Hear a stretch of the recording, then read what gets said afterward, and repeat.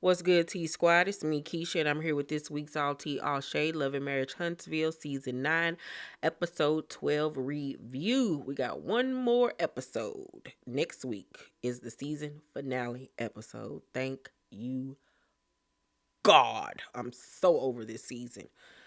So, in this week's episode, Chris and Nell, along with some of their kids, go to the venue where they're going to have their vow renewal. They're super excited about it. The kids are going to participate with the DJ, the florals, and all of this type of stuff. And it really was a nice moment to see Nell be excited about something. Their previous wedding was a courthouse wedding, so she never got to have the big day. She always wanted to have her big day and her mom be there, but unfortunately her mom passed away during COVID. And so her son Lance suggests that he be in charge of them all going to her mom's gravesite so she can, deal with her grief, because that's one thing that she really hasn't dealt with. And he thinks that it would be great for the whole family just to go out there and pay their respects, and for Nell to release some of, that sadness that she's been carrying around. It was a very prolific, sweet moment between her and her kids, because normally we see her yelling at her kids about something that they did or got arrested or ain't paid for this. So it was good to see them rally around their mom. Trisha sits her kids down and tells them that she's divorcing their father. And them kids was like, we already thought y'all was divorced. Like, what? Like, I don't understand how parents don't be knowing, like, the stuff that their kids know. Like, how do y'all be thinking that stuff is a secret? Like, I don't get that. But anywho, they weren't shocked by the news. They were more so shocked by the fact that they weren't already divorced. And her son asked her, well, are you going to get remarried? And she was like, not anytime soon. And then she caught herself. And she was like, no, not anytime soon. Not at this moment. Like, girl, it don't matter how you phrase it. You don't want to marry Ken. You don't. Talking about some, they need a lot of evaluating themselves and getting themselves together. Girl, how you talking about evaluating yourself and you got this man living in your house and taking care of your kids, buying your son cars and all kind of stuff? You should have thought about that before you moved this man up in that house and got your daughter and them talking about how much they love him and calling him daddy and all this kind of stuff. Trisha is freaking ridiculous. And I don't know how many more signs, signals, bat signals, kites, telegrams, letters, emails, chat GPTs, text messages, voicemails that Ken got to get for him to understand that it ain't like that between y'all. You are a comfort to her.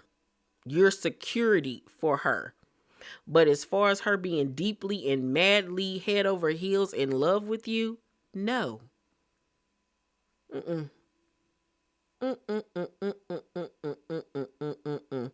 I think that he provided what she needed during her time of grief with losing her family members.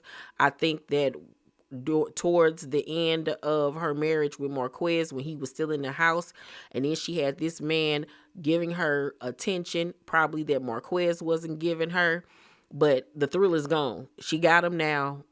Okay, now what? You know? But Ken need to keep it pushing. He really honestly does.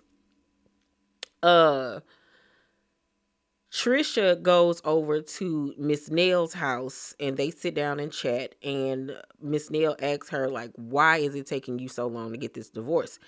And she goes on to tell Miss Nell how Marquez said he needed to go find himself, and she was like, I go and do that. And she said while he was trying to go find himself, she was trying to, like, live life, like get through life. And that was a very, very powerful statement that she made. And she also said that Marquez told her that she was too close to her family when they passed. Now, if that man said that to her, that's some cold-blooded mess. Like, what? That's crazy. Like, that's unforgivable. That's unforgivable. But she also says, while he was out clubbing and doing this, that, and the third, she was at home, trying to resuscitate her sister while their daughter was sitting right there next to her. And that's a traumatic experience. Like, that's something that you just don't get over. I still live with the fact that my grandmother passed away in front of me. I will never in life get that visual out of my head of being 13, 14 years old and seeing her take, her last breath, seeing blood come out of her nose. Like, it was very traumatic, very traumatic. Hearing my mother scream and cry, I'm screaming and crying. Like, that is horrific. I do sympathize with her on that.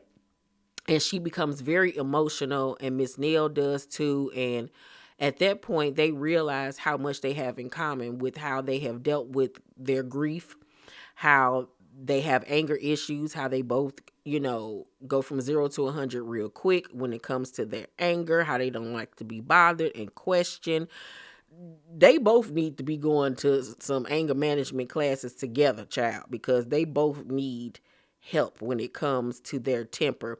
Because it's one thing to know that your temper escalates, but it's another thing just to think that it's okay.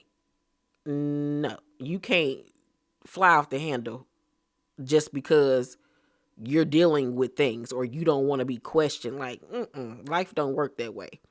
No. And everybody not gonna sit up there and take you talking to them no any kind of way. Like, no, y'all better go and fix that. Somebody pop you in your mouth. So Ken goes and visits one of his partners, and they sit down, and he tells his friend how he's at the point where he is getting super frustrated with the Trisha situation, how she's always defensive every time he tries to talk to her, and how it shouldn't be like this. And his friend was like, are you sure she don't want to be with her husband that she still has not divorced?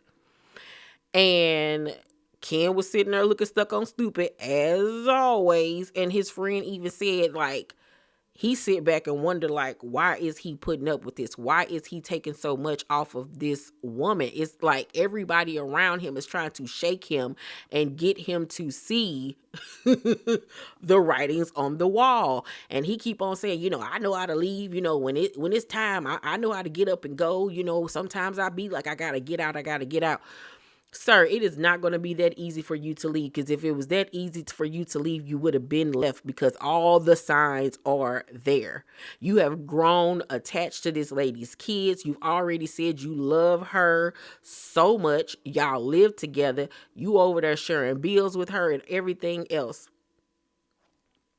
It ain't that easy for you to get up and leave. I think that he tries to say that to make himself look better, to make him appear stronger than what he mentally is and emotionally is, but it's not that easy, bro. That girl got you wrapped around her finger. Now, I can't wait to see if at the reunion they still together, okay? Because after watching this season and seeing how she stutter and lie all the dang on time, child, girl, I'd be out the door, okay? Out the door. Because that lady is not trustworthy, worth a damn, okay? So then at the end of the episode, this is when it got real spicy. So it's Nell's bachelorette party that Destiny is throwing for her. Let's just say I wouldn't have been impressed. Why would you let Brokey play your bachelor?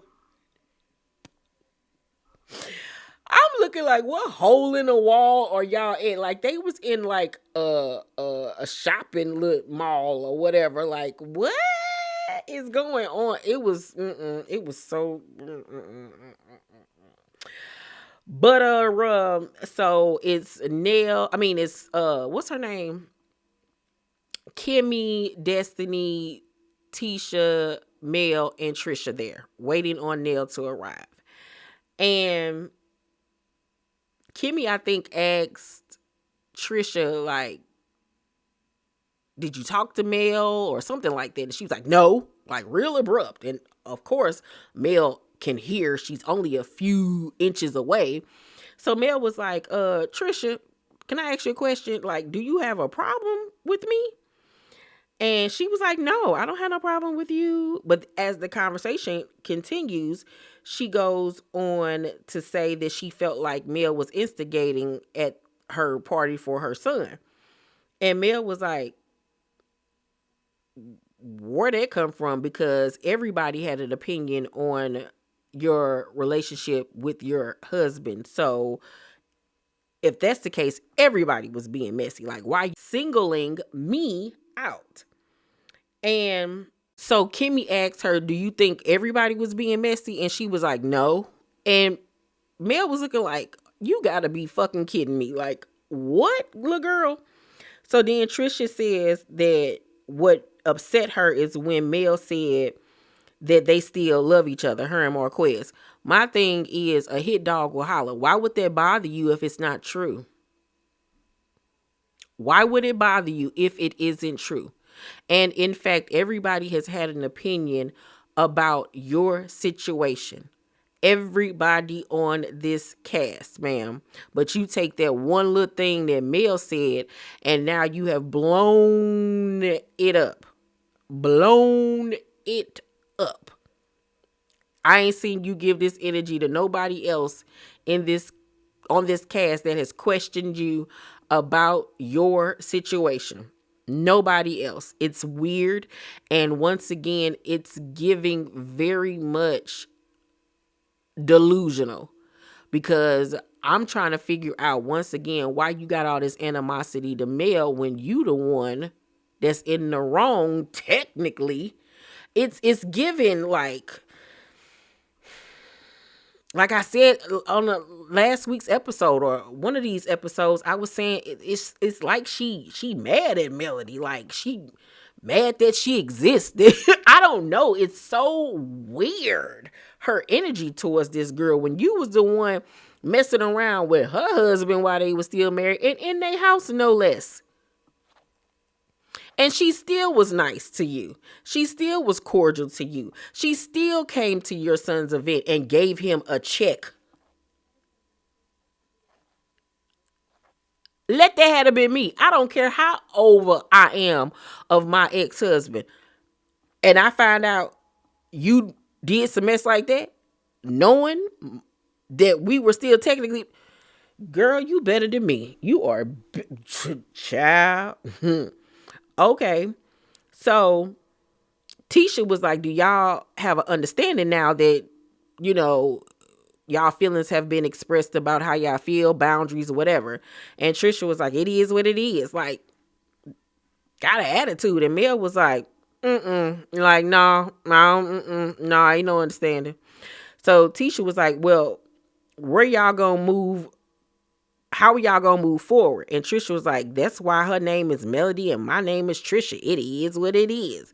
And Mel was like, well, if I'm messy and shady, then everybody is messy and shady, okay?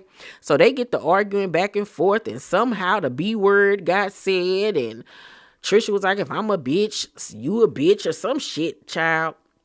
She just doing the most. Steady raising her voice and everything. And I'm just looking like, how old are we? Like, I'm just so confused about her attitude.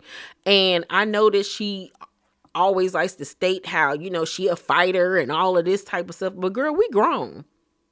We're grown. You don't even know how to have an adult conversation without getting hype and doing all that extra. Because, like, what do you think that you're really about to do? And then it's literally also giving, like, you do know she's technically your boss. She's not just your cast mate. Are you crazy? Like, what is wrong with you? What is wrong with you? Like, Trisha is a real live nutcase. She's a goofy. She really honestly is. She's weird. She's a liar. She's delusional. Okay. It's giving very much single white female, hands that rock the cradle. Like, it's something wrong with her. She is a real live nut. Okay. I have not liked her since episode 1. I do not want to see her back for next season. I'm sick of her and this soap opera ass relationship she got going on. She don't even know what's going on in her own life. I'm surprised she know how to put one foot in front of the other. She's so goddamn dense. Okay? I can't stand her. Cannot stand her at all. I cannot. And I hope at the reunion, Mel eat her ass up, because I don't know who the fuck she thought she was talking to on tonight's episode, baby. But I appreciated the fact that Mel hung in there with her and showed her she ain't the one or the two. Don't let the pretty face fool you, okay? Because I don't know who you think you're talking to, little girl. Up here wearing a denim romper tennis skirt. Girl, grow up. Get out of here. And so here go Dusty in that goddamn ponytail. Can y'all stop with all the rah-rah before Nell get here? I know you ain't, when you the main bitch that's always starting something. Shut up. Please. And right when she get to talking all of that, guess who walks through the door? Miss Sunny. So the same crap that she just said to them, she about to do her own damn self. Girl, the hypocrisy of it all. The hypocrisy. Okay. I cannot with these heifers. I really honestly can't. I can't. I cannot. But I think that Mel handled herself really well on tonight's episode, because Trisha, old Rick James looking ass,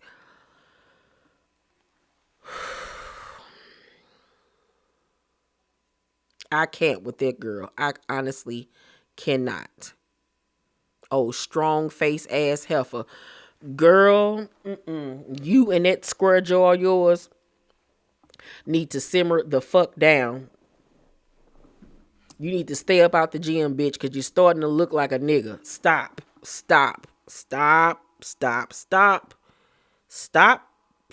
You and Ken starting to look like twins. You need to stop, okay? Because this is not cute. It's really not. Go get therapy, bitch. I'm going to give this week's episode a C minus. It wasn't really a lot going on. It was really a filler episode except for the end. Like I said, I'm happy next week is the season finale. It needs to be over. I'm tired. I am tired and exhausted. But y'all let me know what y'all thought about this week's episode down below in the comment section. Make sure to thumbs up this video, subscribe to my channel, and turn on your post notifications so you know when my videos drop. I love you, squirts, and I will see you guys on the next video. Bye.